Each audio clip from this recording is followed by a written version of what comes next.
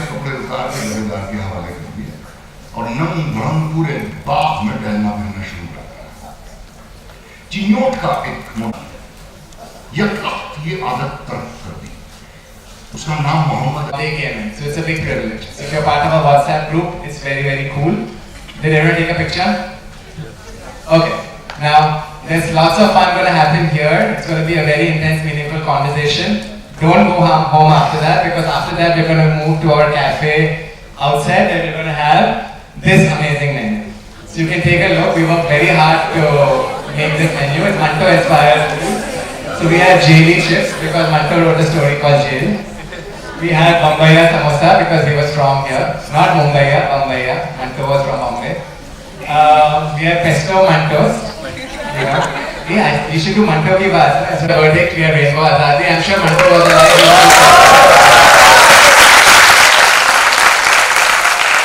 So please don't join us. Whoever is here right now, please, constantly during the event, all of our social media these days. So please tag us. Ask your questions also on Twitter if you want. Use the hashtag Manto now. Join the conversation. If you want to learn, we are going to a special thank you to Nandita Das. Today, because I'm in Toronto for TIFF. Our film Manto is being screened. But I know that Nawaz and Rasika will share with you enough stories that will entice you to go and watch the film on the 21st of September when it's releasing. And I don't need to tell you how relevant Manto is, because I'm assuming that's the reason why we have a full house there. So please go and champion the film and spread the word. I also want to thank Godrej and Parmesh, who's always been so supportive. I have had the opportunity of being at the Godrej Lab many a times and have been part of many of the initiatives. So thank you all of you, all the audiences, Godrej, Rakshanda, all those who have come here today to spread the word and to talk about why Manto now. So thanks a lot and enjoy the evening. We'll all go and see it. I want to now specially welcome all of those who have joined us on live stream. So welcome to all of those who have joined us on live stream from all over the world. Thank you so much for being part of this. It's being streamed on Nawaz's page. So Nawaz, thank you for giving us the opportunity of streaming it on your page. Welcome. We are very, very happy to share this conversation with all of you. You can't eat our snacks and you can't hang out with us, but at least you can see this video. So thank you. Also very, very grateful to 24 Frames Digital, our streaming partner, for actually making this live stream possible.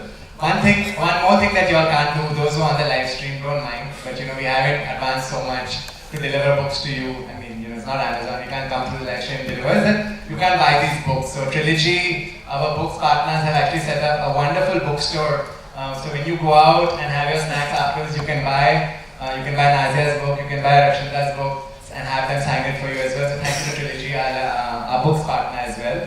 We're so happy that Neethil always comes up and does this for us so beautifully. Now, for the course of the evening, I'm going to first invite Nazia up on stage. She's going to give a small talk for 10 minutes, and then we will have our panel that will talk amongst each other.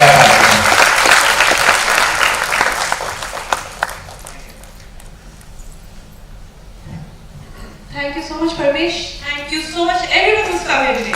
A big round of applause for you all. Manto की बात की मन की बात.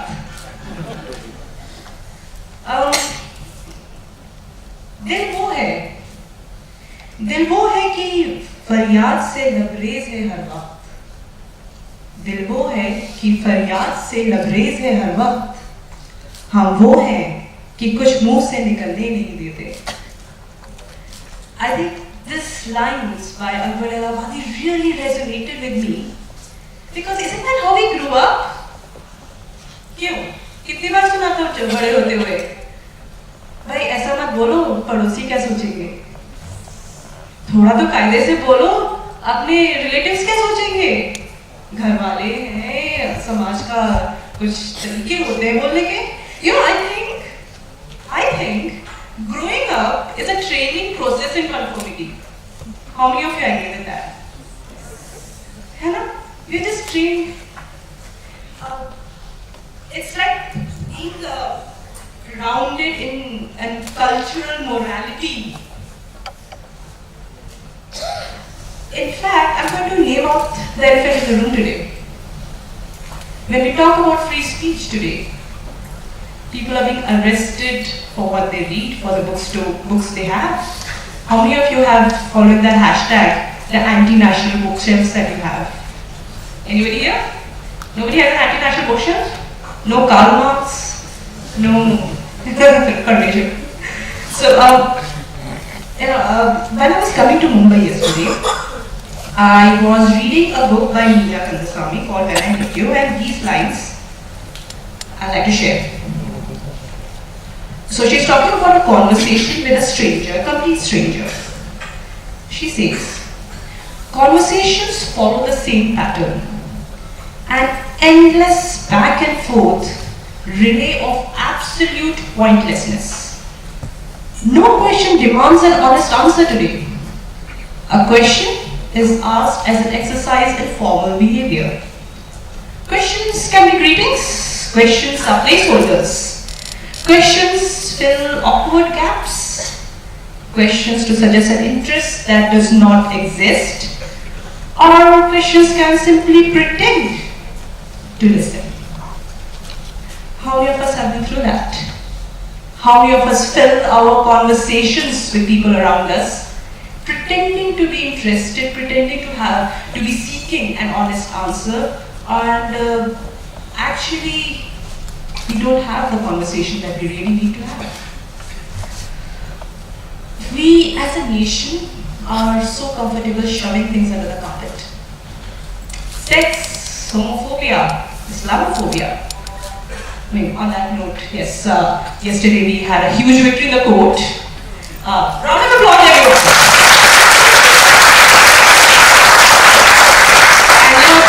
It was said in the judgment that this is a victory of freedom of speech, that this Article 377 was against freedom of speech and expression.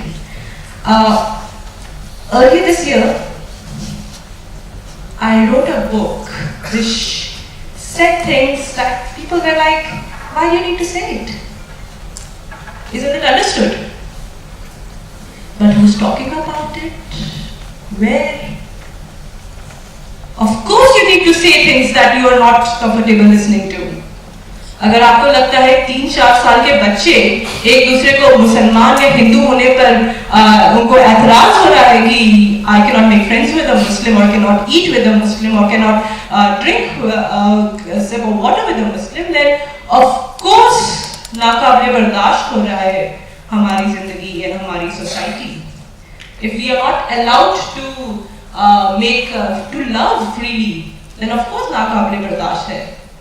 And if you don't write about this, if you don't talk about this, then you know what happens? We go into this, we believe there's only one way of looking at the world. Conformity. There's only one truth. And I believe every story matters because it gives us a different perspective and a different truth from the one that we believe in. Can we go beyond our echo chambers and listen? Like really listening? Or things that we need to, as writers, the responsibility would be to write things that जो आपको अपने खून गिरेबान में झांकने पर मजबूर करते हैं, अपने दिल में झांकने पर मजबूर करते, अपने घरों के अंदर झांकने को मजबूर करते. क्या आपके घरों में आजकल क्या कॉन्वर्सेशंस हो रही हैं? We also, do you think what we hear on national television is limited there? आपको लगता है कि जो सब न्यूज़ में हो रहा है वो सिर्फ टीवी पे होता है? टीवी पे होता है, टीवी वाले कर रहे हैं, बस मीडिया वाले हम नहीं हैं, not me. Of course it's you, it's your house, it's your home, where these conversations are, even your silence, remember, is conformity. Your silence is an agreement, gives consensus to the larger conversation out there. And when there is one way of looking at things, it actually makes the minority self-censor themselves. Let me give you an example.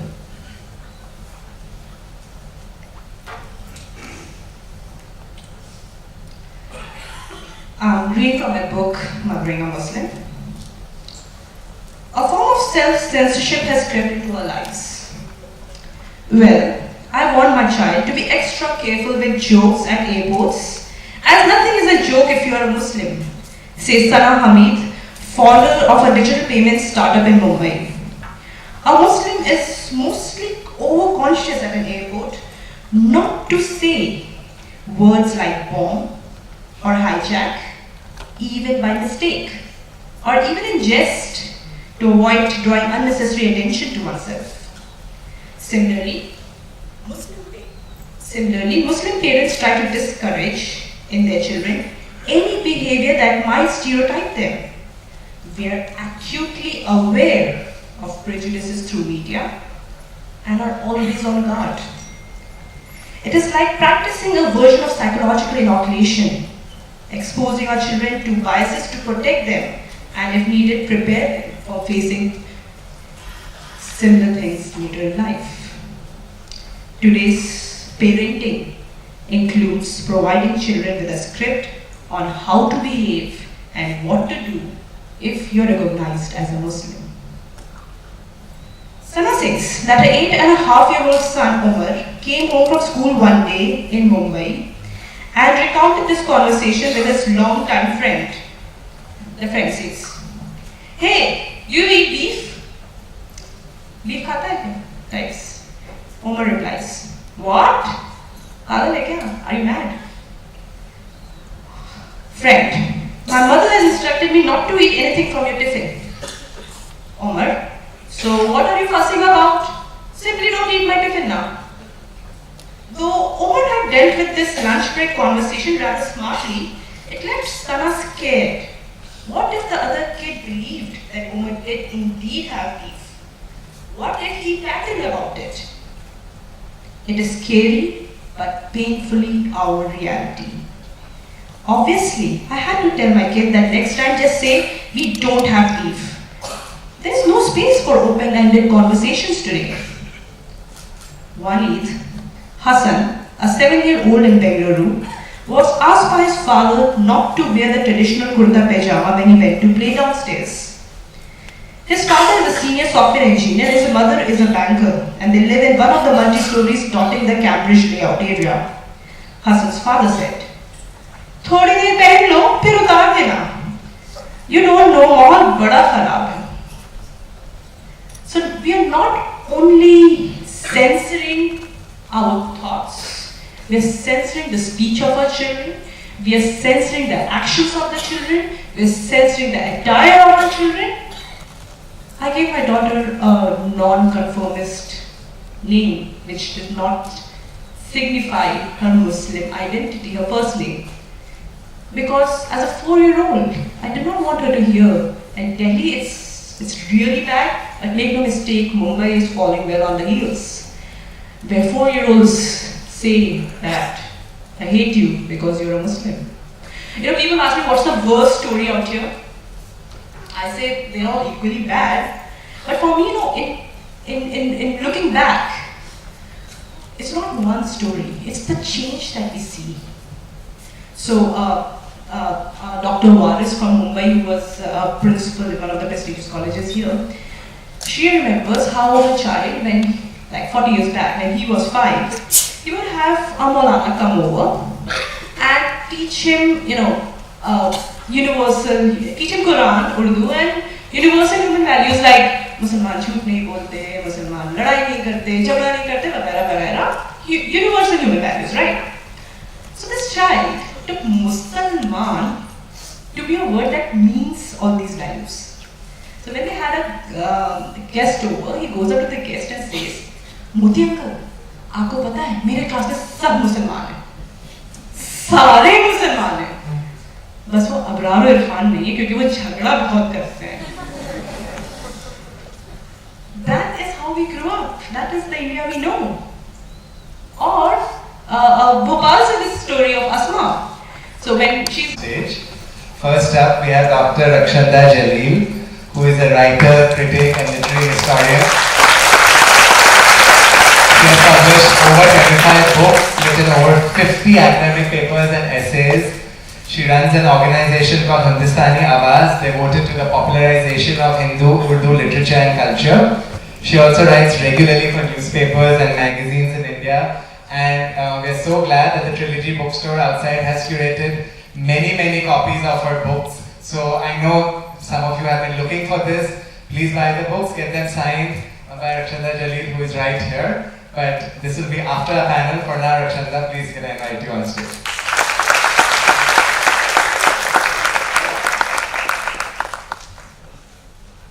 Welcome. Thank you.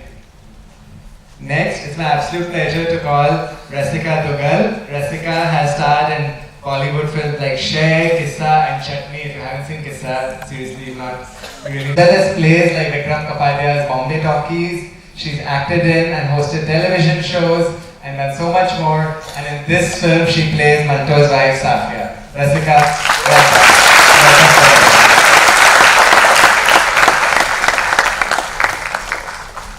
And last but not the least, it's my pleasure to call Nawazuddin Siddiqui up on stage.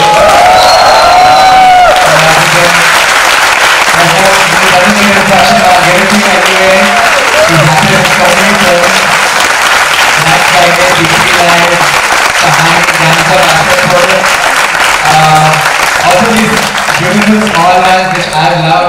Of course now everyone is talking about Ganesh Gaitonde from Sacred.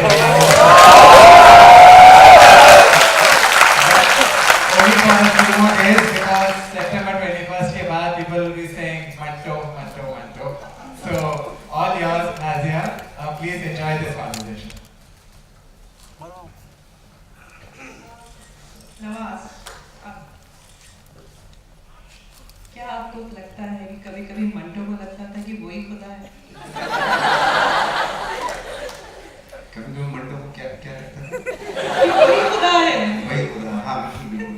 इसमें हमारी film में dialogue भी है कि जब वो कब्र के पास जा रहे हैं तो अपनी बहन को उनको बोलते हैं कि यहाँ सादत हसन मंटो दफन है। वो मानो मनो मिट्टी के नीचे सोच रहा है कि वो बड़ा अफसाना निगाह है या खुदा। क्योंकि मंटो की जिंदगी में सबके सारे कैरेक्टर सबसे इंटरेस्टिंग मंटो खुद ही रहे हैं। मैं तो कहूँगी सत्या। तो is there क्योंकि वो बहुत arrogant भी थे। While at the same time वो बहुत ही ज़्यादा लोगों की जिंदगियों से जो empathic एक टच था उनकी स्टोरीज में लोगों की जिंदगी को देखना। At the same time आपको लगता है कि वो दो अलग लोग थे एक साथ मंटो के अंदर? एरोगेंस तो थी उनके अंदर। आई थिंक वो इसलिए भी थी क्योंकि मैं भी शायद मतलब अगर एरोगेंस किसी को नुकसान नहीं कर रही है तो मैं भी शायद इसलिए कि वो अपने परफेक्शन था उनके अपने काम में और जो माहौल था उस वक्त वो देख रहे थे। मैं अपनी बात कह रहा हूँ ऐसा हो सकता है क्योंकि कभी-कभी मुझे लगता है कि मैं भी थोड़ा सा होता है। वो मैं भी शायद बहुत प्रैक्टिस करने के बाद बहुत ऑब्जर्वेशन बहुत सारी चीज़ों के बाद एक आ जाता है। जब आप अपने आसपास देखते हैं कि शायद इतना ऑब्जर्वेशन या जितना मैं एक आदमी के बारे में जानने की कोशिश कर रहा हूँ क्योंकि मंटो हमेशा आम लोगों को इतना जान चुके थे तो मैं भी शायद एक आफ्टर लॉन्ग टाइम एक उनके पास ही एडवांस आ गई हो कि मैं अच्छे से जानता हूँ जो मेरे पास बैठो उससे ज़्यादा अच्छे से जानता हूँ। मैं भी शायद इस बात की एरोगेंस थी उनको। So arrogance is healthy. Arrogance is healthy. बहुत ही मतलब आपने बोला कि arrogance अच्छा है एक तरीके से। तो आपकी अपनी जिंदगी में ऐसा क्या है कि आपको ऐसा आपको क्या दिखा कि आपको लगता है कि arrogance can be healthy also? Arrogance क्या वो भी है। So it's like मंटो ने जो आपको ना बहुत perfection आ गया। आप भी एक better actor है। आप मंटो की आप उसमें इतनी खूबी से है कि हमें एक्चुअली वो देखते टाइम लग नहीं रहा है कि it's almost like how many of you agree it looks like Manto himself is brought to life एकदम वो जिंदा हो गया हमारे लिए। तो ये जो परफेक्शन है और ये एकदम उस कैरेक्टर से अलग है जो हमने लास्ट आपको देखा था सैक्रेड गेम्स में। मुझे लगता है कि वो जैसे जैसे आप कह रही हैं कि थोड़ी सी है एरोगेंसी होती है और होनी भी चाहिए, मुझे लगता है मुझ में तो है, मैं क्यों झूठ बोलूं कि और इसलिए क्योंकि मैं मेहनत करता हूँ, मेरे पास स्पेस होता है, मेहनत करने का वक्त होता है किसी भी कैरेक्टर के ऊपर। और मेहनत तो सब लोग करते हैं, कहते हैं ना हमारे यहाँ गधा भी करता है मेहनत, बट मैंने बहुत प्रैक्टिस करके, बहुत सीख के, बाकायदा ट्रेन हो के अपने फील्ड में, उसके बाद जब किसी कैरेक्टर पर मेहनत करता हूँ तो डेफिनेटली बहुत सारी चीज़ों का पता चलता है मुझे। तो वो जब मुझे मालूम है कि मेरे आसपास क्या हो रहा है, इंडस्ट्री में किस तरह के एक्टर्स हैं जिनको जो सिर्फ फेम चाहते हैं किसी भी हालत में, उनको कैसे भी चाहिए फेम, भले उसके लिए प्रिपेयर उन्होंने अपने आप को किया है या नहीं किया है। तो ऐसे वक्त में, ऐसे माहौल में जब हम लोग ट्रेंड होके आते हैं, बाकायदा प्रैक्टिस करके आते हैं, तो एरोगेंसी क्यों ना हो? बिल्कुल क्यों ना। मुझे भी हार्डवर्क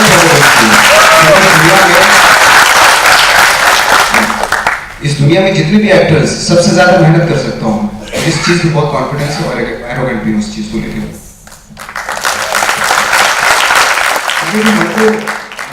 मंटो कभी ये की कुछ हो, I don't know. You are a prolific writer. So, रसिका, मंटो कहा जाता है कि आज भी हमारे साथ हैं। अगर वो सचमुच में होते, in real, आज क्या लगता है कौन सा नया खिताब मिलता है आपको? Like, I'll give you some options. Urban accent, libtard, secular, prostitute, he was a journalist also, anti-national, feminazi. Anything else that I'm missing? मुझे लगता है सारी किताब मिलते हैं, और ये भी कम पड़ जाते हैं मंटो के लिए आज के ज़माने में। क्या वो कोई नया खिताब लाते हैं अपने लिए? क्या बोलते हैं? हैशटैग मंटोयत, हैशटैग पता नहीं और भी क्या होता, लेकिन लोग इनको ये टैग्स ज़रूर देते हैं आज के ज़माने में, because I think even at that time he was saying things which had a lot of, he got a lot of backlash for it in society, and it wasn't easy for him or his family or for Satya and their daughters to survive through the 6 cases that he had to fight for when his stories were tried for obscenity. And I think if and that's what I keep saying, that unfortunately Manto is more relevant today than ever. And I say that unfortunately because I wish we could take our freedom of speech and expression for granted, but we can't, and therefore we need to talk about people who stood for that and fought for that. And while I am happy that Manto is being revived, so to say, because I have been a very avid reader of Manto's works, but at the same time I feel that the idea that he's more relevant today than ever because of the threat that we are facing against freedom of speech and expression, that is really hurtful to me personally. So if Manto was writing today, I'm sure he would have written against all the threats to freedom of speech and expression, and he would have got a lot of backlash, and he would have been tagged with all this and more, and God knows what else would have happened. It's a scary thought.